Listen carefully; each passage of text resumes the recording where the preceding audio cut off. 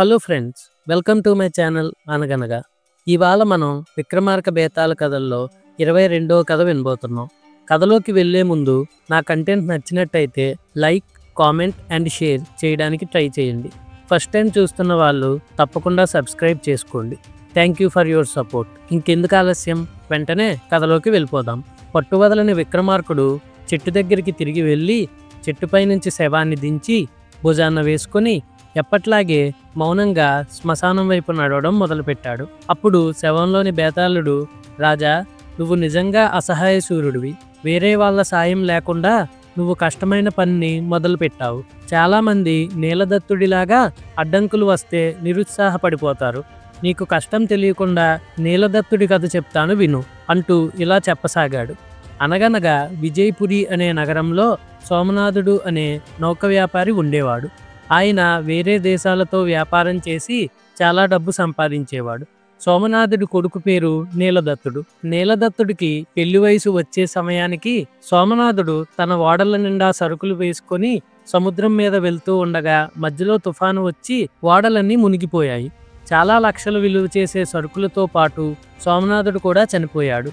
2 సంవత్సరాలు గడిచాయి. అతని భార్య బాధతో మంచం పట్టి కొంతకాలానికే చనిపోయింది. వ్యాపారంలో సోమనాథుడితో సంబంధాలు ఉన్న వ్యాపారులు తప్పుడు లెక్కలు చూపించి సోమనాథుడి ఆస్తంతా తీసుకున్నారు. డబ్బు విషయాలేమీ పట్టించుకోకుండా సంతోషంగా బతకడం మాత్రమే నీలదత్తుడికి తెలుసు. అతను తన తండ్రి ఆస్తిలో కొంచెం కూడా తీసుకోవడానికి ప్రయత్నం చేయకుండా దిక్కులేని పక్షిలాగా అయిపోయాడు. పేదవాడిగా మిగిలిపోయిన నీలదత్తుడికి బంధువులు ఎవరో సహాయం చేయలేదు. కానీ సోమనాథుడి చిన్ననాటి స్నేహితుడు నవకుబేరుడు అనే ఆయన అతన్ని దగ్గరకు తీసుకొని తన ఇంట్లో ఉంచుకొని అతనికి ఆశ్రయం ఇచ్చాడు. నవకుబేరుడు ఆ దేశపు రాజుకు కుడిభుజం లాంటివాడు. ఆయన తరచుగా రాజభవనానికి వెళ్ళి రాజుతో మాట్లాడి వస్తూ ఉండేవాడు. ఆయన ఒకసారి నీలదత్తుడిని తనతో రాజభవనానికి తీసుకుపోయినప్పుడు రాజకుమార్తె లావణ్యవతి అతన్ని చూసి అతని అందానికి ఆశ్చర్యపోయి అలాంటి భర్త వస్తే తన జీవితం ధన్యం అవుతుంది అనుకుంది. అతను ఒకప్పుడు గొప్ప ధనవంతుడు. ఇప్పుడు అతని దగ్గర ఏమీ లేదని, అతను నవకుబేరుడి దగ్గర ఉంటున్నాడని తెలిసి ఆమె అతనిపై చాలా జాలిపడింది. నీలదత్తుడికి మాత్రం తన పరిస్థితి తలుచుకుంటే అసహ్యం వేసేది. నవకుబేరుడి ఇంట్లో ఎంతకాలం ఉన్నా తన పరిస్థితి మారదు. తాను సొంతంగా ఏదైనా పని చేసుకోవాలన్నా తన దగ్గర ₹1 కూడా లేదు. ఇంకొకరి నీడలో బతుకుతున్నంత కాలం తనకు స్వేచ్ఛ కూడా లేదు. అందుచేత ఒక రాత్రి నీలదత్తుడు నవకుబేరుడి ఇంట్లో కొంత డబ్బు, వజ్రాల నగలు దొంగలించి మూట కట్టుకొని రహస్యంగా బయలుదేరాడు. ఆ డబ్బుతో గౌరవంగా బతకాలని అతని ఆలోచన. కానీ అతను ఆ రాత్రే నగర కాపలాదారులకు దొరికిపోయాడు. తాను ఎవరో, తన మూటలో ఉన్న వస్తువులు ఎక్కడివో, ఆ అర్ధరాత్రి వేళ తాను వాటిని తీసుకుని ఎక్కడికి పోతున్నాడో నీలదత్తుడు చెప్పలేకపోవడంతో కాపలాదారులు అతన్ని దొంగగా అనుకొని ఆ రాత్రి అతన్ని జైల్లో ఉంచి మర్నాడు రాజు దగ్గరికి తీసుకుపోయి రాజు ముందు పెట్టారు. మాటల్లోని నగలు నవకుబేరుడు అని తెలిసిపోయింది. నీలదత్తుడు నవకుబేరుడి ఇంట్లో ఉంటున్నాడని రాజుకు తెలుసు. నమ్మక ద్రోహి, దొంగ అయిన నీలదత్తుడికి రాజు కఠినమైన శిక్ష ఇచ్చేవాడే కాని నవకుబేరుడు స్వయంగా అడ్డుపడి ఆ కుర్రవాడిని క్షమించి వదిలిపెట్టమని రాజును వేడుకున్నాడు. రాజు నీలదత్తుడికి రాజ్య బహిష్కరణ విధించాడు. నవకుబేరుడు అతను దొంగలించిందంతా నీలదత్తుడికి ఇస్తూ ఎక్కడ ఉన్నా మంచిగా బతుకుబాబు అన్నాడు. రాజకుమార్తె నీలదత్తుడు దొంగగా పట్టుబడినందుకు అసహ్యపడలేదు. కానీ అతన్ని దేశం నుండి వెళ్ళగొట్టినందుకు బాధపడింది. నీలదత్తుడు విజయపురం వదిలి అవంతిపురం చేరుకున్నాడు. అక్కడ కొంతకాలం బాగా బతికాడు. సొంతగా బతకడానికి తాను ఏ పని చేసుకోవాలో ఆలోచించేలోపే అతని దగ్గర ఉన్న డబ్బంతా అయిపోయింది. తర్వాత అతను దొంగగా మారి దొంగతనంలో ఆరితేరి పెద్ద గజ దొంగగా తయారైన తర్వాత నీలదత్తుడికి తన దేశం మీదకు మనసు మళ్ళింది. అతను ఒక రాత్రి కాపలా వాళ్ళ కళ్ళు తప్పించి విజయపురిలోకి ప్రవేశించాడు. అక్కడ అతను తన జాడ ఎవరికీ తెలియకుండా విజయవంతంగా దొంగతనాలు చేస్తూ కొంతకాలం గడిపాడు. ఒకరోజు అతనికి రాజకుమార్తెను చూడాలి అనిపించింది. ఒక రాత్రి రాజభవనంలోకి ప్రవేశించి ఒక్కొక్క గది వెతుకుతూ కాపలా వాళ్లకు దొరికిపోయాడు. మరునాడు రాజు అతన్ని విచారణ చేసి దేశం నుండి వెళ్ళగొట్టిన ఆజ్ఞను ఉల్లంఘించి దొంగతనం చేయడానికి రాజభవనంలోకి ప్రవేశించినందుకు నీలదత్తుడికి జీవితాంతం జైలు శిక్ష విధించాడు. అతను పెద్ద దొంగగా తన రాజ్యంలోనే బతుకుతున్న విషయం రాజుకు తెలియదు. తెలిస్తే అతన్ని ఉరి తీయించేవాడే. లావణ్యవతి అతని గురించి విన్నది. ఆమె రహస్యంగా జైలుకు వెళ్ళి, నేను నిన్ను ఎలాగైనా విడిపిస్తాను, దేశం విడిచి వెళ్ళిపోతావా అని అడిగింది. రాజకుమారి, నేనెక్కడా బతకలేను, నాకు ఏ పని చేత కాదు, నేను పనికిమాలిన వాడిని, అందువల్ల ఈ జైలే నాకు అన్ని విధాలా మంచిది అన్నాడు నీలదత్తుడు.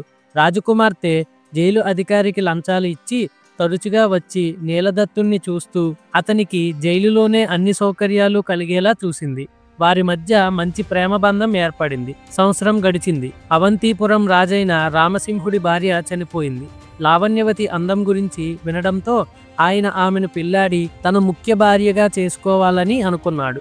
ఆయన తరపున ఆయన దూత వచ్చి, అవంతిపురం మహారాజు గారు మీ కుమార్తెను పెళ్లి చేసుకోవాలనుకుంటున్నారు, మీరు ఒప్పుకోకపోతే మీ దేశం మీదకు దండెత్తి వస్తారు అని విజయపురి రాజుతో అన్నాడు. అవంతిరాజు బలవంతుడు. ఆయనతో యుద్ధం చేసి గెలిచే అవకాశం విజయపురి రాజుకు ఏమాత్రం లేదు.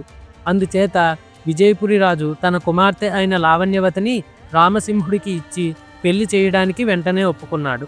ఈ వార్త వినగానే లావణ్యవతికి చాలా బాధ కలిగింది. రామసింహుడి వంటి ముసలివాడికి భార్య కావటం కంటే చావడం మంచిదని ఆమెకు అనిపించింది. ఆ రాత్రే ఆమె నీలదత్తుణ్ణి జైల్లో కలుసుకుని విషయమంతా అతనితో చెప్పి, మనం పారిపోయి ఏదైనా దూరదేశంలో సంతోషంగా బతుకుదాం, నీకిష్టమేనా అని అడిగింది. నీలదత్తుడు అందుకు ఒప్పుకున్నాడు. ఆ రాత్రే ఆ ఇద్దరు విజయపురం వదిలి వెళ్ళిపోయారు. బేతాళుడి కథ చెప్పి, రాజా, లావణ్యవతి తెలివి లేకుండా నీలదత్తుడితో ఎందుకు పారిపోయింది, అన్ని భోగభాగ్యాలను, రాచజీవితాన్ని ఎందుకు వదులుకుంది, అతను ఏ పని చేయలేని వాడని ఆమెకు తెలీదా, పారిపోవడం కంటే జీవితాంతం జైలు శిక్షే మంచిదన్న నీలదత్తుడు ఆమెను వెంటబెట్టుకొని పారిపోవడానికి ఎలా ఒప్పుకున్నాడు, ఆమెను ఎలా పోషిస్తాడనుకున్నాడు, ప్రేమ వారిద్దరినీ గుడ్డివాళ్ళని చేసిందా, ఈ సందేహాలకు సమాధానం తెలిసి కూడా చెప్పకపోతే నీ తల పగిలిపోతుంది అన్నాడు. దానికి విక్రమార్కుడు, నీలదత్తుడు తాను ఏమీ చేయలేని వాడని చెప్పినప్పటికీ రాజకుమార్తె తెలివైనదే అయితే ఆ మాట నమ్మనవసరం లేదు. అతను పనికిమాలిన వాడైతే దేశ బహిష్కరణ శిక్షను పట్టించుకోకుండా విజయపురికి తిరిగి రాడు. ఒకవేళ వచ్చినా రాజభవనానికి ఎప్పటికీ రాడు. అతను దొంగతనం చేయడానికే వస్తే డబ్బు దాచే చోటుకు వెళ్తాడు కానీ గదుల్లో పట్టుపడడు. నీలదత్తుడు తనకు జైల్లోనే సుఖంగా ఉందని చెప్పడానికి కారణం ఆమె రహస్యంగా చూడ్డానికి రావడమేనని కూడా ఆమె సులభంగా అర్థం చేసుకోగలదు. అంతేకాకుండా ఆమె అతన్ని ప్రేమించి ఉండవచ్చు. ముసలిరాజుకు భార్యగా ఉండటం కంటే నీలదత్తుడి భార్య అయ్యి సాధారణ జీవితం గడపడం మంచిదనిపించవచ్చు. ఆ సాధారణ జీవితం ఎలా ఉంటుందో ఆమెకు తెలియదు కాబట్టి దాని గురించి ఆమెకు భయం ఉండదు.